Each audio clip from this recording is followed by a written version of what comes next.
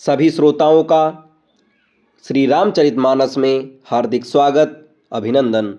आज के इस वीडियो में आप सभी के सामने प्रस्तुत है श्री रामचरितमानस के बालकांड के दोहा नंबर 239 और 240 का संपूर्ण अर्थ। बढ़ते हैं दोहे की तरफ।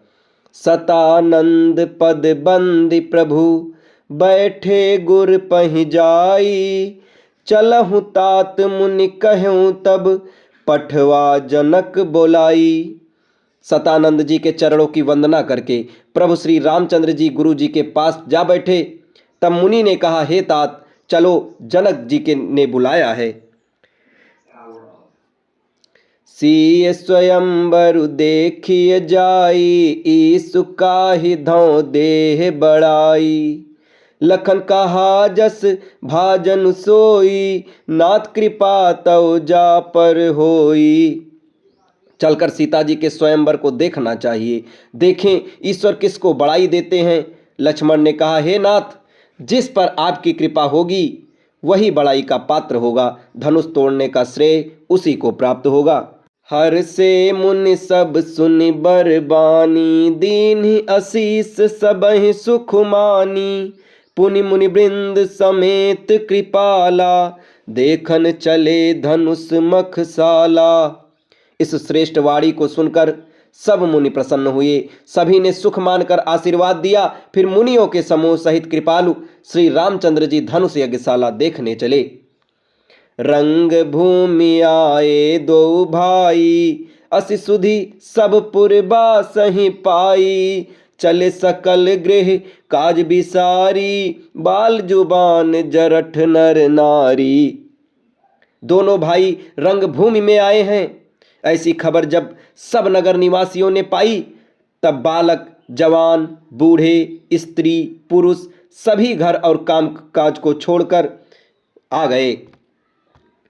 देखी जनक भीर भय भारी, सुचि सेवक सब लिए हकारी। तुरत सकल लोग पहि जाहू, आसन उचित देहु सब काहू।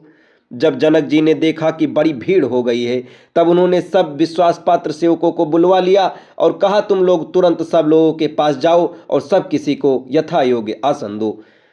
कहि मृदु बचन विनीत तिहि, बैठा रे नर नारी। उत्तम मध्यम नीच लघु, निज निज थल अनुहारी। उन सेवकों ने कोमल और नम्र वचन कहकर उत्तम, मध्यम, नीच और लघु सभी श्रेणी के स्त्री पुरुषों को अपने अपने योग्य स्थान पर बैठाया। राजकुंवर त्यहि अवसर आए, मनौ मनोहर तातन छाए। गुण सागर नागर बर बीरा, सुंदर श्यामल गौर शरीरा। उसी समय राजकुमार राम और लक्ष्मण वहां आए। वे ऐसे सुंदर हैं मानो साक्षात मनोहरता की उनके शरीरों पर छा रही हो। सुंदर सांवला और गोरा उनका शरीर है। वे गुणों के समुद्र, चतुर और उत्तम वीर हैं। राम समाज बिराजत रूरे, उडगन महु जनु जुग विधु पूरे। और तिन्ह जिनके रही भावना जैसी, प्रभु मूर्ति देखी तिन्ह तैसी। वे राजाओं के समाज में ऐसे सुशोभित हो रहे हैं मानो तारागणों के बीच दो पूर्ण चंद्रमा हों। जिनकी जैसी भावना थी, प्रभु की मूर्ति उन्होंने वैसी ही देखी। देखहि रूप महारंधीरा, मनहु वीर रसु धरे शरीरा। डरे कुटिल निपु प्रभु निहारी, मनहु भयानक मूर्ति भारी।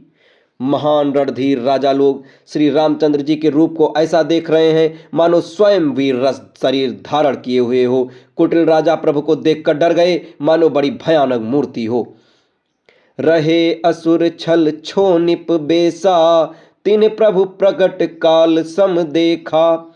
पुरबासिहि देखे दो भाई, नरभूषण लोचन सुखदाई। छल से जो राक्षस वहां राजाओं के वेश में बैठे थे, उन्होंने प्रभु को प्रत्यक्ष काल के समान देखा। नगरवासियों ने दोनों भाइयों को मनुष्य के भूषण रूप और नेत्रों को सुख देने वाला देखा। अब इसके आगे की कथा आपको अगले वीडियो में बताई जाएगी। तब तक हमारे साथ बने रहें। धन्यवाद। जय श्री राम।